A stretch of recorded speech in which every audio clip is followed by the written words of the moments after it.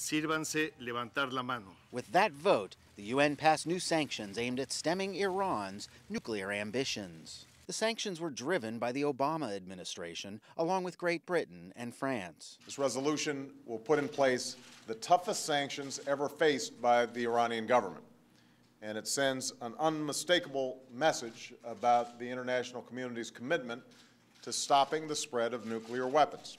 The new sanctions do not prevent anyone from buying oil from Iran.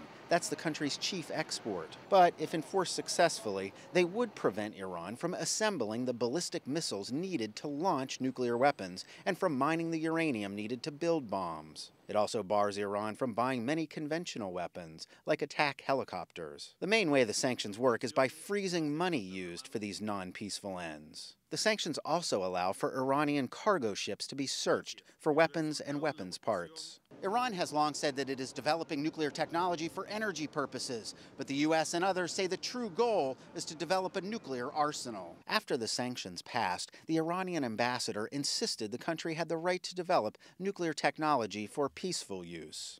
Iran, as one of the most powerful and stable countries in the region, has never bowed and will never bow to the hostile actions and pressures by these few powers, and will continue to defend its rights. The U.S. ambassador to the UN, Susan Rice, reacted angrily to the Iranian ambassador. We heard a lot of ridiculous rhetoric from our Iranian colleague here today, designed to obscure and deflect the reality that Iran is in violation of its IAEA obligations and prior Security Council resolutions. While Rice insisted the Iran sanctions are working, while still leaving the door open to diplomacy, some say the sanctions don't go far enough to work. These sanctions don't, for example, go after the main Iranian economic resources, so the oil and the gas.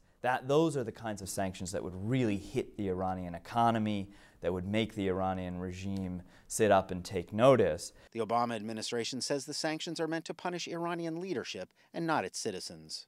Ted Shaffrey, The Associated Press, at the United Nations.